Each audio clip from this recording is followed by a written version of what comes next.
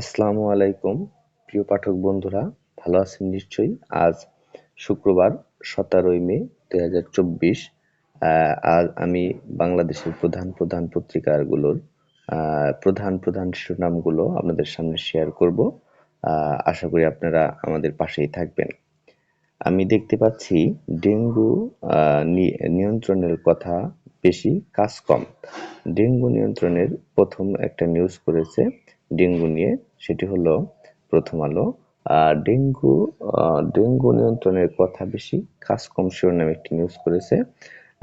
সেখানে ডেঙ্গু পরিস্থিতি, সংক্রমণ ও মৃত্যু দুই বেড়ে যাওয়ার ঝুঁকি আছে। সঠিক সময়ে সঠিক পদক্ষেপ নিতে দেখা গেল না, শিরোনামে একটি নিউজ করেছে। আরেকটি নিউজ করেছে খুব ইম্পর্টেন্ট, সেটি হলো দরিদ্র মানুষের খাবার ব্যয় বেড়েছে 58%। পিডব্লিউপির প্রতিবেদন, 2022 সালে দরিদ্র সীমার নিচে থাকা মানুষের খাবার কেনার খরচ ছিল মাথাপিছু $1.85 এখন বেড়ে হয়েছে প্রায় 3000 টাকা। শিরোনামে একটি নিউজ করেছে প্রথম আলো। আরেকটি নিউজ আমরা যদি দেখি, সেটি হলো 150 টাকায় উঠেছে কাঁচামরিচের পেঁয়াজ, বাজার পরিস্থিতি। আরেকটি নিউজ আমরা যদি পড়ি, সেটি হলো দেশ গণতন্ত্রের আনুষ্ঠানিকতা চলছে, ওয়াহিদুল মাহমুদ বইয়ের মোড়ক উন্মোচন অনুষ্ঠানে তিনি মন্তব্য করেছেন। প্রিয় পাঠক ভাইয়েরা এবং বোনেরা, বাংলাদেশ প্রতিদিন বাংলাদেশের খুব স্বনামধন্য পত্রিকা। সেই পত্রিকায় সবচেয়ে উপরে যে নিউজটি কোনায় আমরা দেখতে পাচ্ছি, সেটি হলো শেখ হাসিনা ফিরলেন, প্রাণ পেল বাংলাদেশ। আজ আমরা জানি শেখ হাসিনার স্বদেশ প্রত্যাবর্তন দিবস। 1981 সালের এই দিনে প্রধানমন্ত্রী শেখ হাসিনা আমাদের মাঝে ফিরে আসেন এবং সবচেয়ে ইম্পর্টেন্ট যে নিউজ হেডলাইনের নিউজটি আমরা পড়ব, সেটি হলো কেমন ছিল লু হাওয়া। আমরা জানি গত কয়েকদিন যাবৎ ডোনাল্ড লুকে নিয়ে সব পত্রিকায় নিউজ এসেছে, তিনি বাংলাদেশে এসেছিলেন। এখন ঢাকা ওয়াশিংটন সম্পর্ক নতুন মোড়, সরকার স্বস্তি, বিএনপি এবং সমন্বয়কদের জন্য অস্বস্তির খবর দিয়েছে বাংলাদেশ প্রতিদিন। আমরা আরেকটি নিউজ যদি দেখি, সেখানে খুব ইম্পর্টেন্ট একটি নিউজ, ছোট হলেও। বিএনপিতে বহিষ্কার নিয়ে তোলপাড়। বিএনপিতে বহিষ্কার নিয়ে তোলপাড়, 200 ছাড়িয়েছে। জেলা উপজেলার গুরুত্বপূর্ণ নেতাদের গণহারে বহিষ্কারের তীব্র প্রতিক্রিয়া জানিয়েছেন। আরেকটি নিউজ আমরা দেখতেই পাচ্ছি, সেটি হলো আলোচিত নিউজ, সাগররুনি হত্যা তদন্ত প্রতিবেদন পেছালো 108 বার। আবার আরেকটি নিউজ আমরা পড়ব, সেটি হলো অনুসন্ধানমূলক একটি নিউজ।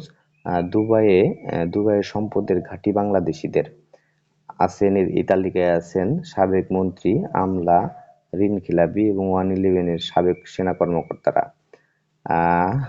আরেকটি নিউজ যদি আমি পড়ি, সেটি হলো সংঘাত সহিংসতা অব্যাহত, উপজেলা নির্বাচনকে কেন্দ্র করে বাউফলে হামলা পাল্টা হামলা, দুষ্কৃতীদের সংঘর্ষ, ধামরাইয়ে ক্যাম্প ভাঙচুর, বাগেরহাটে এমপির বিরুদ্ধে অভিযোগ তুলে ভোট বর্জন, নির্বাচনের মাঠে 157 নির্বাচন ম্যাজিস্ট্রেট। বাংলাদেশের আরেকটি জনপ্রিয় পত্রিকা সমকালের নিউজ এসেছে সংসদীয় কমিটির 2 নয়ন, নিজ এলাকার উন্নয়ন শিরোনামে একটি নিউজ এসেছে। এবং আরেকটি নিউজ যদি পড়ি, সেটি হলো ঋণের সুদ 14% উপরে উঠবে না, প্রধানমন্ত্রী বলেছেন। এবং সেই বিষয়ে আরেকটি নিউজ আবারও দেখতে পাচ্ছি, সেটি হলো খেলাপি ঋণ দেশকে কুরে খাচ্ছে। বাংলাদেশের যে খেলাপি ঋণ আছে, সেটি বাংলাদেশকে কুরে খাচ্ছে শিরোনামে একটি নিউজ করেছে সমকাল। আরেকটি যদি নিউজ আমি পড়ি, সেটি হলো সারা দেশে আবারও তাপদাহ, গরমে 3 জনের মৃত্যু। সম্মানিত ভিউয়ার্স, বাংলাদেশের আরেকটি জনপ্রিয় পত্রিকা, সেটি হলো বাংলাদেশ জনকণ্ঠ, যিনি অনেক আগের একটি পত্রিকা, সেই পত্রিকা আরেকটি নিউজ করেছে, আমরা দেখতে পাচ্ছি হেডলাইন একেবারে, সেটি হলো এডিবি অনুমোদন 2,65,000 কোটি টাকার অনুমোদন করেছে এডিবি অনুমোদন করেছে।